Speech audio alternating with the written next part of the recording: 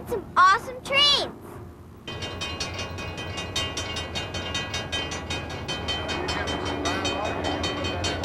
Kids love trains, and for good reason. They're big, powerful, and loud.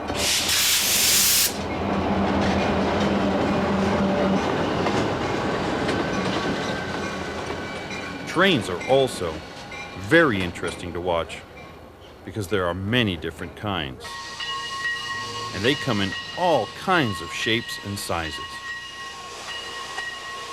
Some are powered by steam and are antiques that are very old.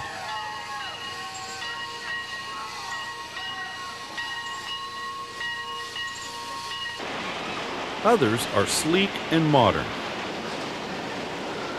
We're going to look at several different kinds of trains in this video.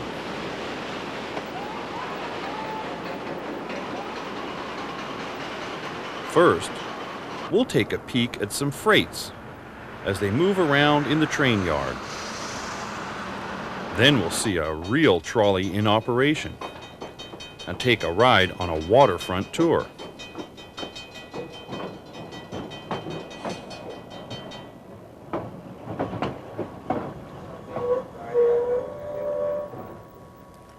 Later, we're going to take a look at the future and visit the first and only full-size monorail operating in America.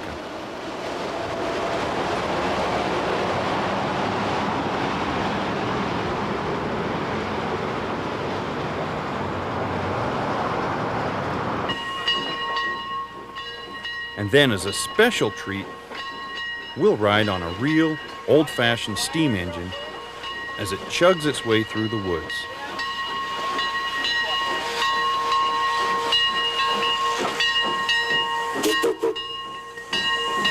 If you like trains, you'll love the excitement of awesome trains.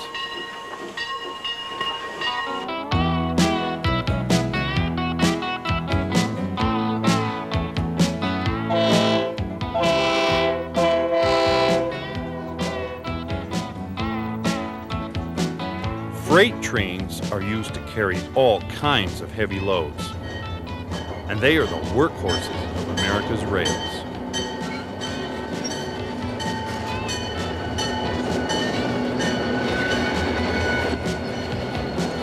They could be carrying cars from Detroit, coal from West Virginia, or wood from the Northwest.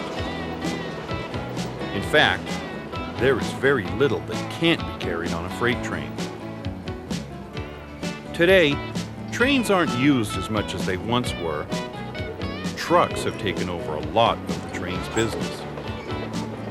But around the turn of the century, the train was by far the most common way of transporting anything heavy and bulky. But even today, the freight train is a common sight as it makes its way through the countryside, hauling many of the products we use in our homes. And the powerful diesel locomotives that pull them are an impressive sight.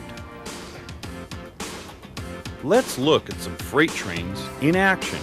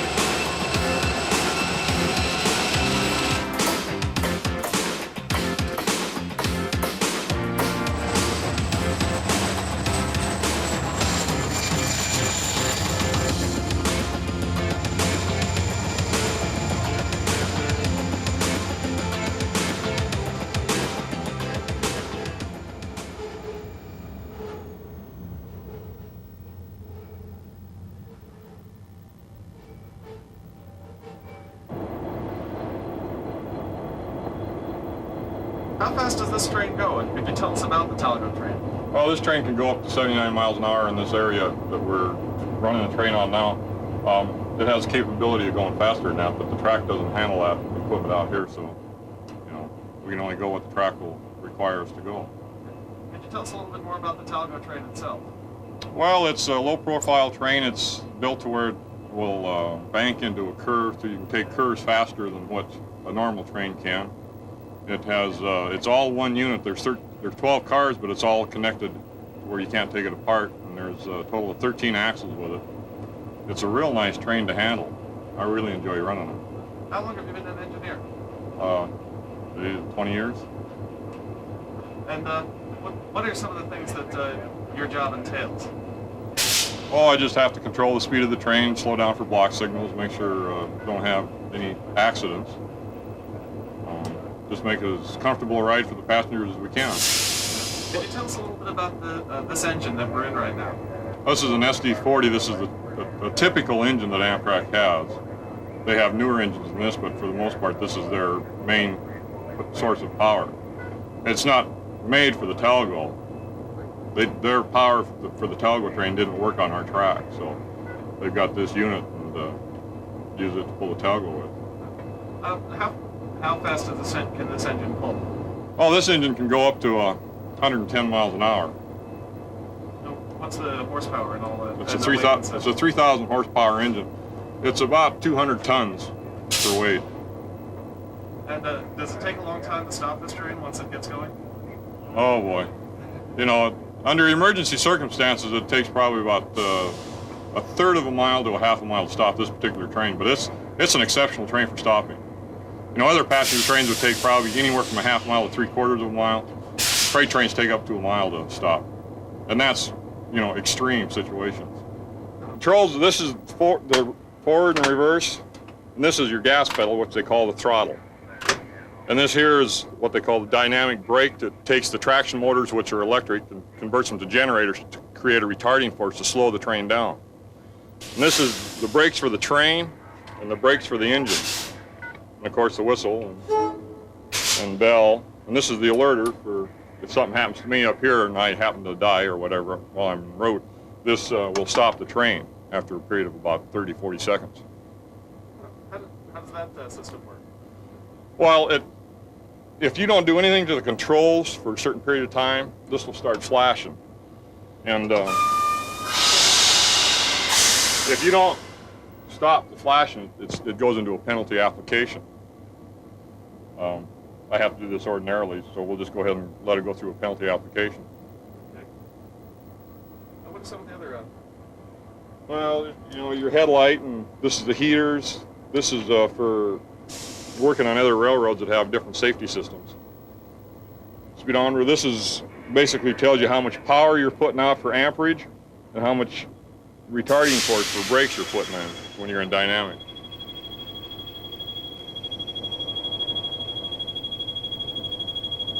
This is, the alerter's going off now, and if I'm running the train and I don't reset that, it'll go into a penalty application and stop the train by itself. Okay. There's a sand button there. That's to put sand on the rail, because when you're starting out at slow speed, you got a lot of tractive effort, and you put sand on for traction.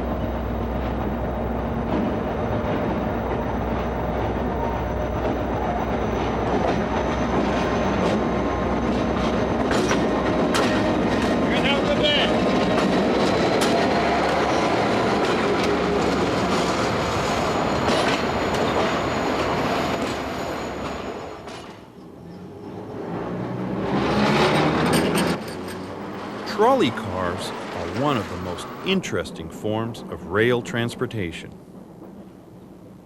During the 1920s, trolleys were very common in America, and many of the bigger cities had trolley cars running up and down their streets.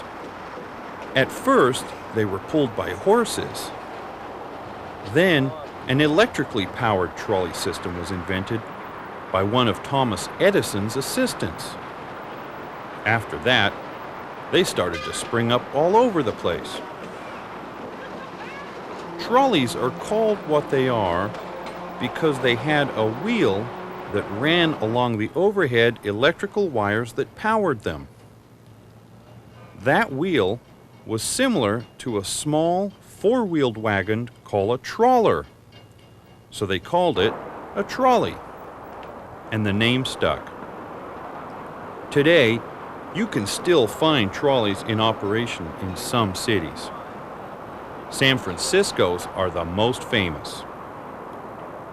The trolley you see here was built in 1927 in Australia. It runs along the waterfront in Seattle. Well, we've been running these Melbourne trams here about 12 years now. Started in 1982. Stop and think. And started out just as a tourist attraction with two cars up and down the waterfront. And over the last 10 years or so, we've begun to do the unthinkable, and that's handling commuters. You see a wide number of them on a daily basis now. These trams are all measured in kilometers, seeing how they're out of Australia. So these will top out about 50 kilometers, which is what, about 35 miles an hour. Although the waterfront, we're limited to about 12 miles an hour in this particular area, and we get up to a light braking speed of about 18 miles an hour north of the market here.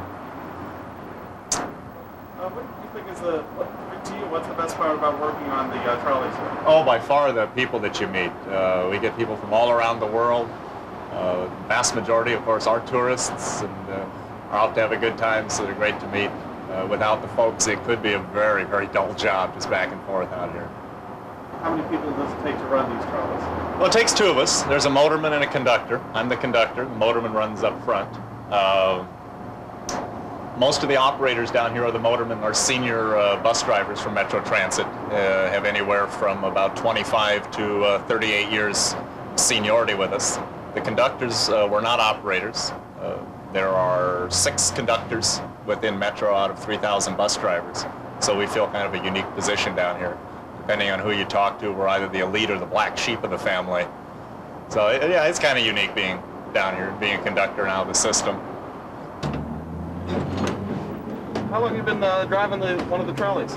4 years now. Huh. Nice work. How did you qualify to become a trolley driver? Well, we take 4 days training,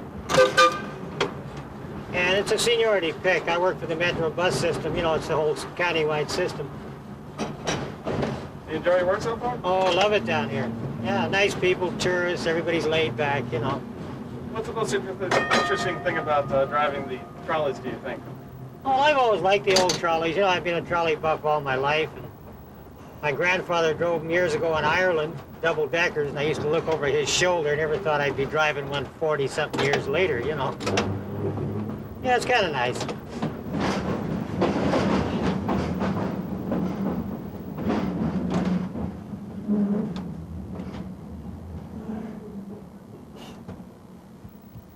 Could you explain some of these controls down here for us? Oh, sure. This is your... That locks everything. That's forward. That's reverse. See, it won't go anywhere in neutral. Now, this is your throttle. This is the air brake. To go, you go up one notch, let the brake off. To accelerate, you keep bringing it up. It's the old style controller, series parallel. Yeah, it's full speed now, see? And the coast, you just cut it off. What did these trolleys run on? 600 volt DC. And how fast can they go? Oh, this particular one, about 40 miles an hour, but with this old track we've got here, we try to keep it about 30, 35. Fantastic.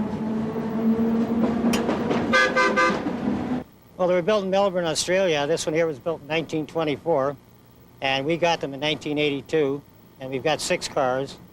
This one was rebuilt completely from the ground up. This was a scrap car, and they ran up in Australia until about 2 years ago.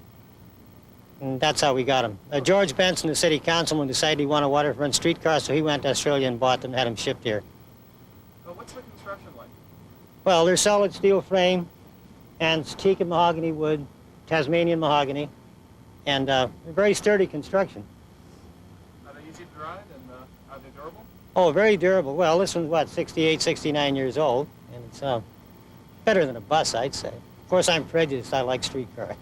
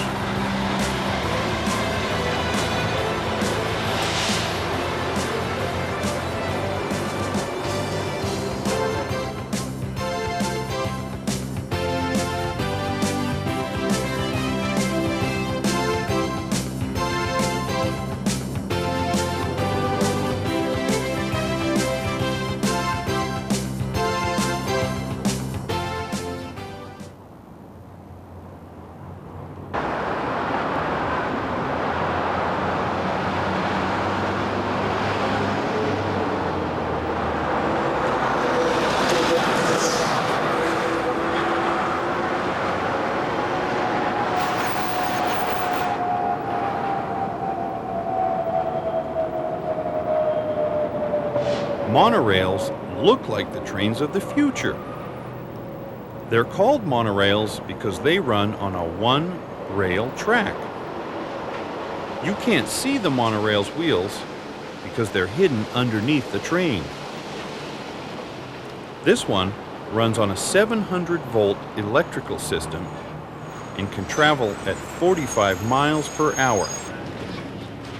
It runs in Seattle and is America's first and only full-sized commercial monorail.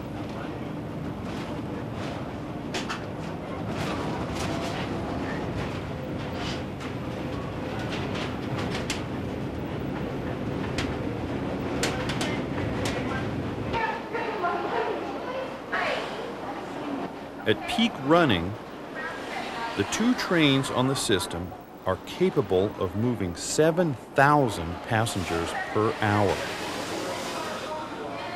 Some people think that this is what the transportation of the future will look like. Let's go for a ride on the monorail and talk with the crew. Basically, it's fairly simple. Gear shift in the left side of the speed control. This is a dead man switch. It's a 3-position speed control. Bring it back to us as we gain speed. The third point of power, we reach approximately 45-50 miles an hour. Coast from there. Switch to our brake with the right hand. At a certain point on the rail, close to the end of the line, we'll enter into the dynamic portion of the brake. As that lets go, it drops itself out at 6 miles an hour. We continue on into air brake, slowing to a nice controlled stop. Basically, that's it for the controls. We have some minor controls here. These are the door controls, all 5 in the center. Control each side of the doors. The gate control for the Westlake Center.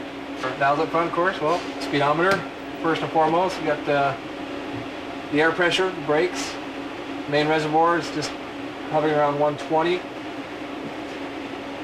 The white needles show that the air is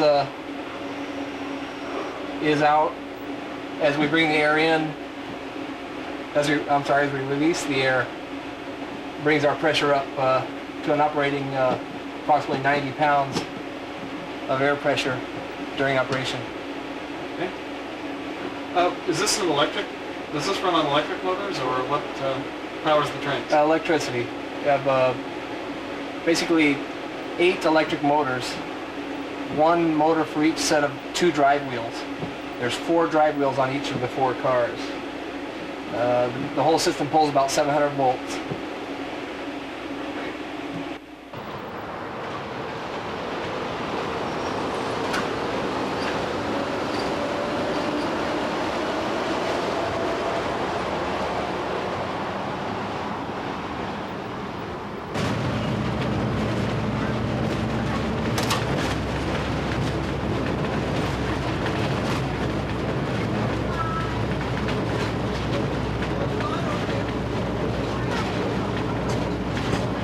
If you ask most people what their favorite type of train is, they'll tell you it's an old steam engine.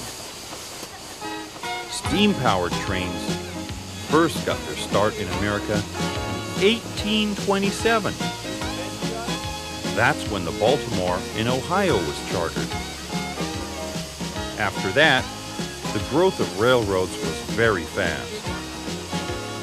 By 1835, there were 200 railroad companies in America, and over 1,000 miles of track were laid across the East Coast. For over 100 years, the steam-powered train was the most common type on the tracks. But in the 1940s and 50s, the steam engine was replaced with the diesel locomotive. Today, steam-powered trains are mainly operated as tourist attractions.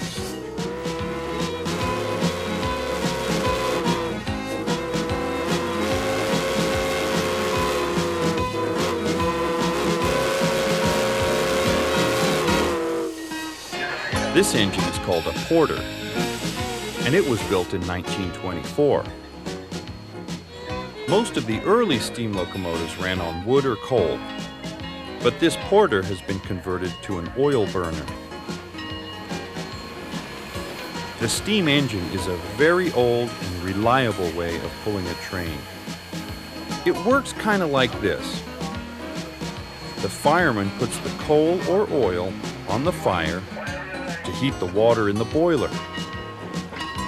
When the water gets really hot, the steam from the water is used to make the engine go. One of the best things about an old steam engine is all the noise they make as they chug on down the tracks. Let's go for a ride on the Mount Rainier Scenic Railroad.